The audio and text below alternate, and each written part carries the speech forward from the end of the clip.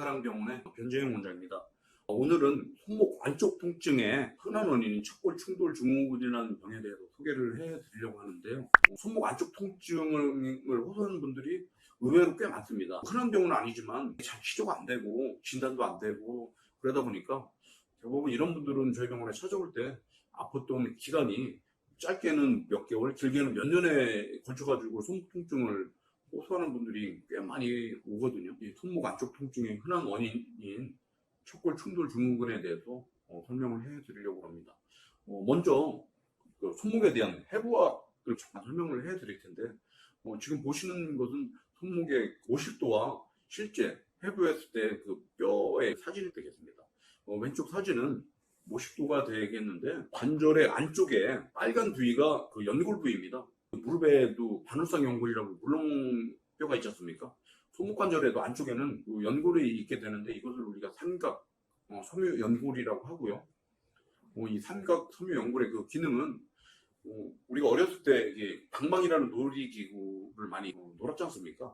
이것이 이제 그 가장자리로 스프링이 있으면서 안쪽에는 탄력이 있는 매트를 뛰는 그런 이제 놀이기구가 되는데, 이런 삼각 섬유 연골도 손목관절에 가해지는 스트레스나 압력을 흡수해주는, 그걸 우리가 이제 덤블링 효과라고 하는데, 충격을 흡수해주는 역할을 하는 것이 삼각 섬유 연골이 되겠습니다.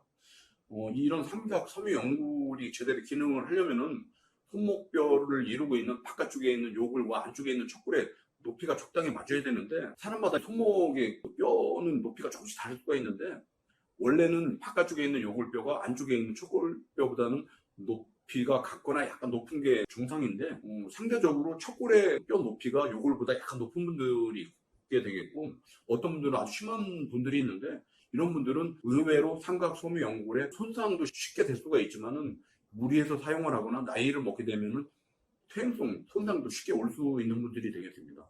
이렇게 되게 되면은 이 손목 안쪽으로 손목을 쓸 때 통증을 느끼게 되는데, 손목을 많이 사용을 하거나 비트는 동작 시에 통증이 있고, 손목을 돌리거나 뒤로 젖히는, 예를 들어서 팔굽혀 펴기를 할 때 이렇게 손을 바닥을 짚지 않습니까? 이런 자세 때 통증이 악화가 된다면은 척골 충돌 증후군의 병을 의심할 수가 있는 증상이 되겠습니다. 그거 이외에도 심한 경우에는 이 새끼손가락 쪽으로도 저리다는 분들도 있습니다. 사실 이런 분들의 진단을 내리는 것은 어렵진 않은데, 의외로 잘 진단을 못 받더라고요. 근데 손목 엑스레이 촬영을 통해서 어느 정도 확인이 될 수가 있는데, 지금 엑스레이 상에서도 보시면은 왼쪽 사진은 정상이고, 우측 사진을 보시면은 바깥쪽에 있는 요골보다 안쪽에 있는 척골이 좀 더 높지 않습니까? 이런 분들은 척골 충돌 증후군이 올 수 있는 그런 분이 되겠고, 만약에 통증이 있다는 분들은 쉽게 진단이 되겠죠. 만약에 이런 분들이 이제 통증이 오래되고 비술적인 치료가 효과가 없다면 정확한 진단을 하기 위해서 MR 검사도 하게 되는데, 일반적인 MRI 검사보다는 관절 안에 조영제를 넣고 찍는 MRA 검사가 더 정확하게 되겠고요. 지금 보시는 그 사진은 MRA 사진이 되겠는데, 요골과 척골 사이에 삼각 섬유 연골이 있어야 될 부위가 허옇게 비어 있고, 주위의 뼈도 색깔이 조금씩 변한 걸로 봐서는 삼각 섬유 연골에 파열도 있지만 관절염도 이미 온 분이 되겠습니다. 삼각 섬유 연골 손상이 있어가지고 척골 충돌 증후군이 오는 분들이 있다면은, 이런 분들은 대부분 비술적인 치료에 효과가 꽤 있습니다. 지금 사진에서 보시는 바와 같이 저희 병원에서는 초음파를 이용해서 충돌되는 부위에 증식 치료와 같은 주사 치료도 할 수가 있고요. 염증이 가라앉는다면은 통증을 해결하고 조직을 치료를 할 수 있게 최충격파 치료도 할 수가 있는데, 이게 이제 아무래도 뼈 높이가 안 맞아서 생길 수 있는 병이기 때문에 보호대 같은 것들이 좀 도움이 될 수 있는데, 요즘에는 이런 피코밴드와 같이 척골 충돌 증후군을 예방하고 치료할 수 있는 특화되어 있는 보조기도 이렇게 나와 있기 때문에, 이런 보호대도 사용하는 것은 저희들은 적극적으로 추천을 해드리고 있고, 또 효과도 꽤 좋습니다. 하지만 이런 비수술적인 치료에 효과가 없는 분들도 가끔 있거든요. 예를 들어서 통증의 그 기간이 몇 년씩 되었거나 주사제나 이런 치료도 많이 했는데도 통증이 있다고 하는 분들, 우리가 MRA 검사를 해보면은 삼각 섬유 연골 파열도 있지만 이미 관절염이 오는 분들이 있는데, 관절염까지 왔다면은 안에 염증이 꽤 있을 테니까 통증이 잘 해결이 안 되죠.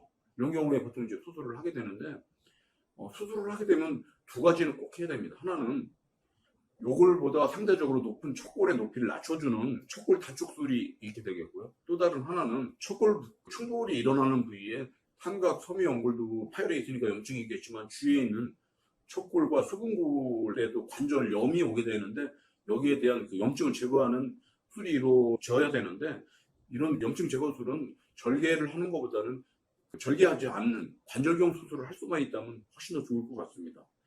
지금 보시는 것은 척골 단축술을 하는 그 모식도가 되겠고요. 앞서 말씀드렸듯이 요골보다 상대적으로 높은 척골의 길이를 낮춰준다고 했지 않습니까? 그러기 위해서는 뼈를 제거하는 수술을 한 이후에 쇠판을 대야 됩니다.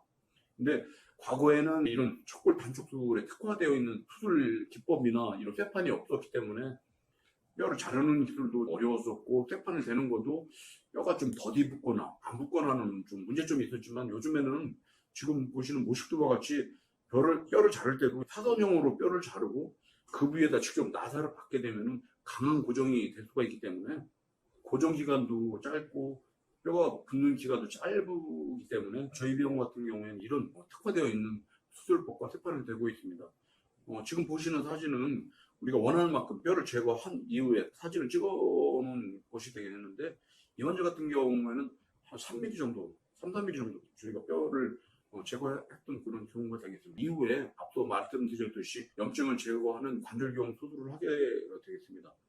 1차적으로 일단 염증의 그 정도나 부위를 확인할 수 있게 진단적으로 관절경을 보게 되는데 삼각 섬유연골도 파열이 심하고 주위에 염증도 심한 이런 환자들을 저희들은 절개하지 않고 관절경을 이용해서 1차적으로 삼각 섬유연골에 너덜거리는 부위를 다듬어내고 삼각 섬유연골의 아래쪽에 있는 척골에 있는 염증도 제거를 하고 삼각 섬유연골의 위쪽에 있는 수근골 쪽에 관절염도 그 관절경을 이용해서 제거하는 수술을 하게 되겠습니다.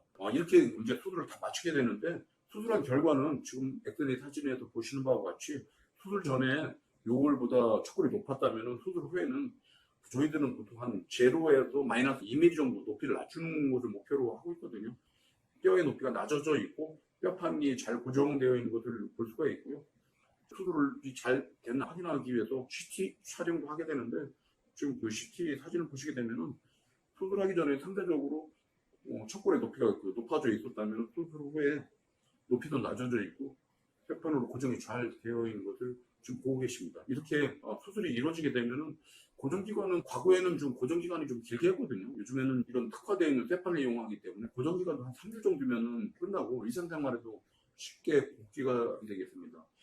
이런 쇠판은 꼭 제거해야 될 필요는 없고요. 만약에 불편하다면은 골 유압을 확인하고 수술 후에 한 1년이 지난 시점에 보통 제거를 하는 것을 권해드리고 있습니다. 오늘은 손목 안쪽 통증의 가장 흔한 원인인 척골 충돌 증후군에 대해서 설명을 해드렸습니다. 감사합니다.